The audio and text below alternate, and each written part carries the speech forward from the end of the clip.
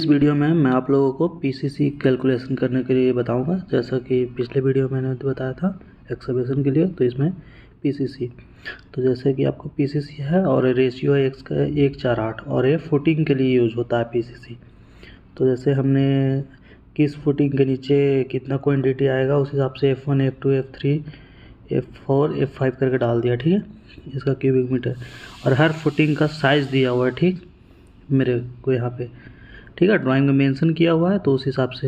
लेकिन डेप्थ था वहाँ पे 300 दिया हुआ था, लेकिन यहाँ पे पीसीसी का 100 दिया हुआ था, ठीक है। तो उस हिसाब से डालेंगे। F1 कितना काउंटिंग कर लेंगे कि कितना है, ठीक है। तो जैसे 75 mm एक्स्ट्रा है आरसीसी के विड्थ से, ठीक है।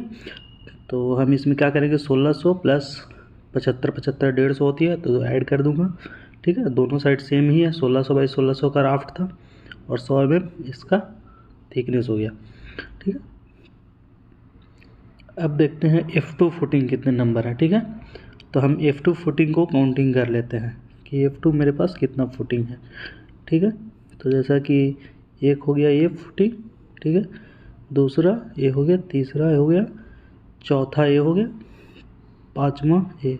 तो ये 4 मैंने किया है, 6 मिस टाइप हो गया है। मैं इसको फिर से करेक्शन कर लेता हूँ। पहले डाल लेता हूँ इनपुट इधर का 100 mm डाल दिया। इसके बाद इसको मैं क्या कर देता हूँ, इसको 5 कर देता हूँ, ठीक। और उसके बाद ये 2 मीटर का कितना है फुटिंग हमारे पास हो गया 3, ठीक। तो हमने 3 डाल दिया और इसके बाद इसका भी साइज उसी हिसाब से 150 एक्स्ट्रा करूँगा, क्योंकि सारे में हम एक सेक्शन को दिखाया गया है, मतलब सारे फुटिंग में 75 mm आरसीसी से एक्स्ट्रा रहेगा, ठीक। तो इसमें 2200 का फुटिंग था प्लस 150 कर दे रहा हूँ, ठीक है।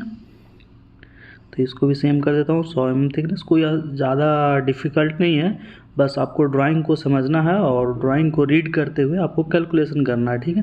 तो जैसा कि मैं आपका प्रोडक्ट का फार्मूला था और एक नॉर्मल मैं फार्मूला से बता दे रहा हूँ, दोनों का क्वांटिटी सेम आ रहा है, ठीक है। तो यानी कि मेरा प्रोडक्ट का फार्मूला सही काम कर रहा है। अब जैसे बरामदा वाल है तो उसमें भी पीसीसी होगा, ठीक है।